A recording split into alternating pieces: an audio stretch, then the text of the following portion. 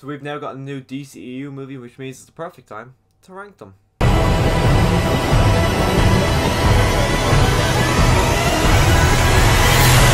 One quick thing before I do get started, if you like these kind of rankings of movie franchises, I've got a fair few. I'll leave a kind of a playlist at the end of this video, but make sure you click that subscribe button so you can see other movie reviews and rankings just like the one you're about to watch now.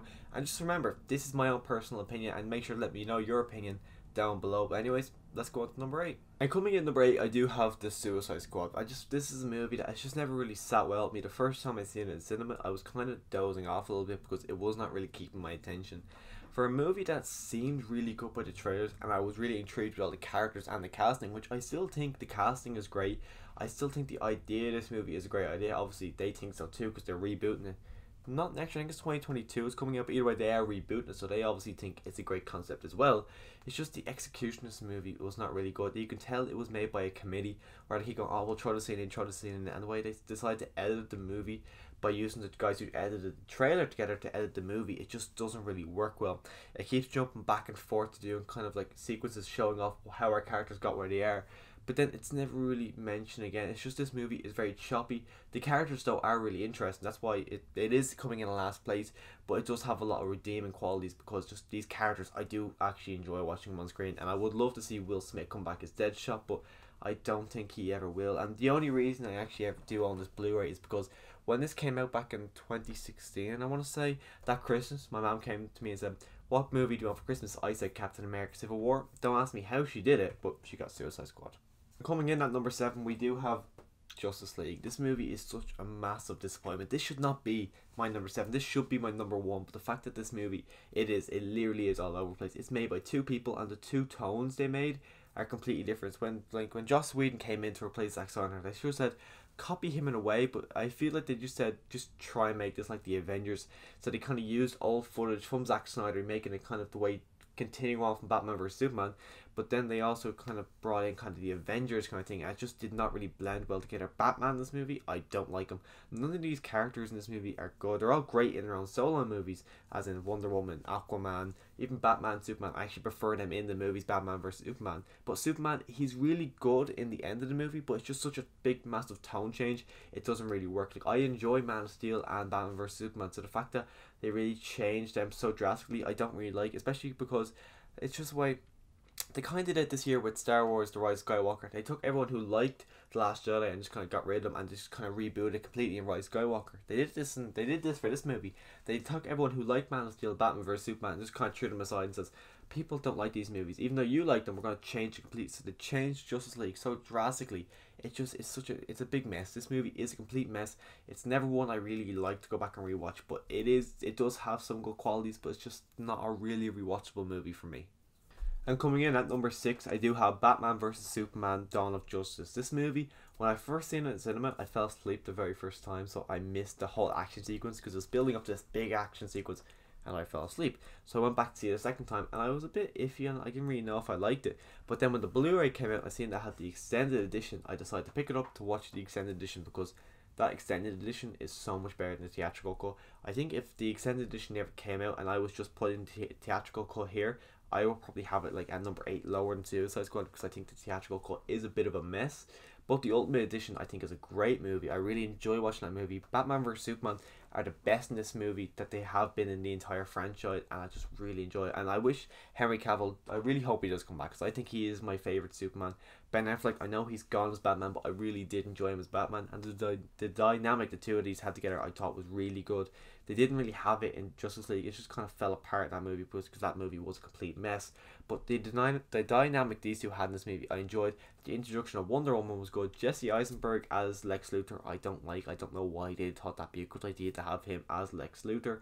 Doomsday was alright, but just this movie, I just think the Ultimate Edition is a really good movie and it's a really rewatchable movie rather than the theatrical cut, which I think is a bloody mess. And coming in at number 5, I do have Birds of Prey, the something of Harley Quinn. This movie blew my mind. I was so surprised by how good this movie was because judging by the trailer, judging by the whole story element, everything about this movie, just for me, I was like, I don't really care. I didn't really want to see it.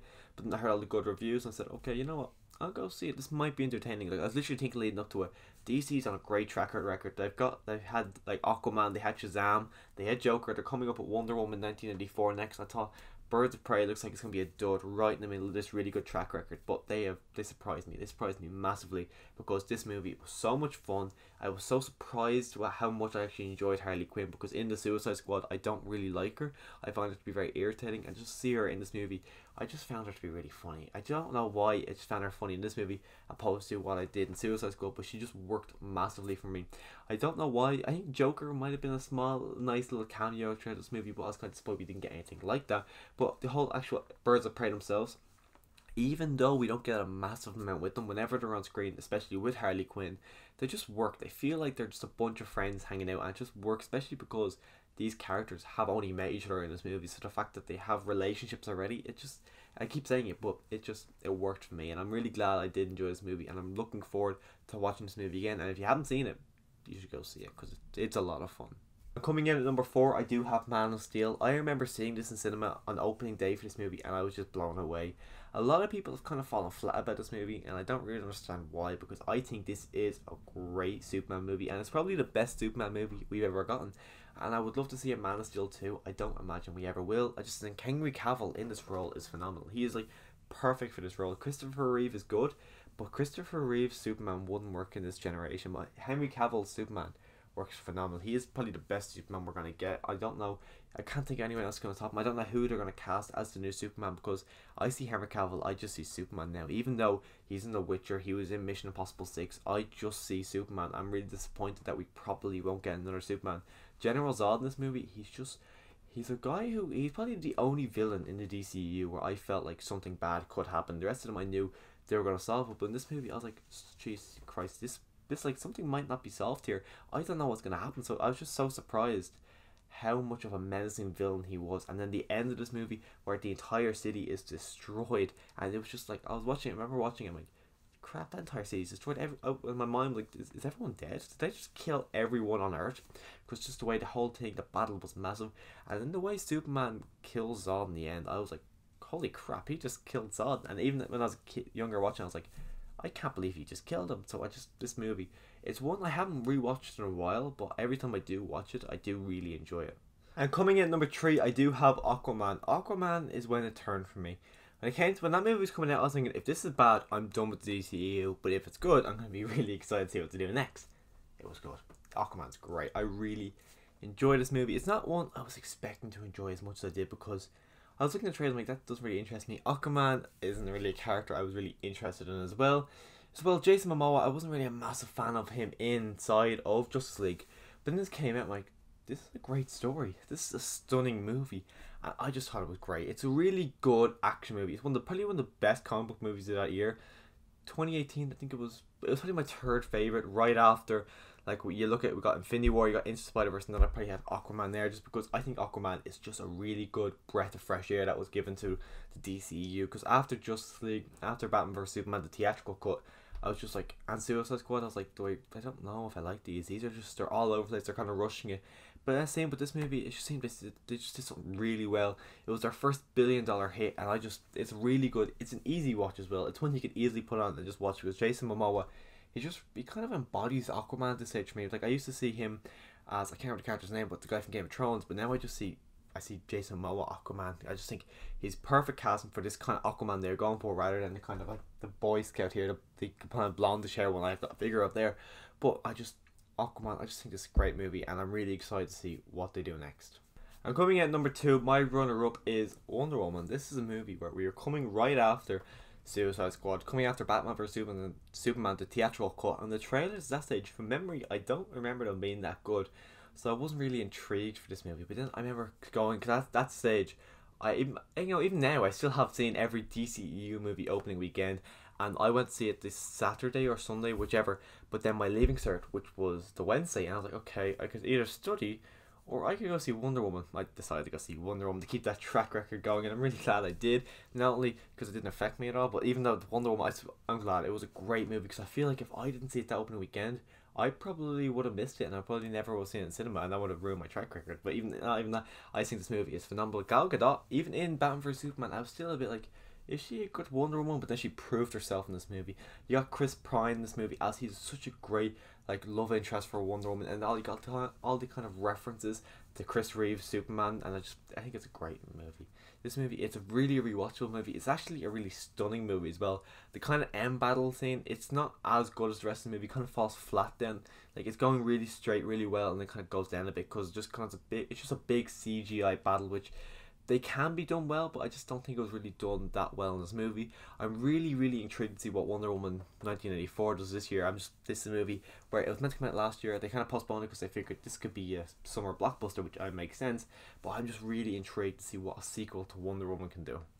And coming in at number 1, I've got Shazam. This movie, I love it. It's just so much fun. It's so rewatchable.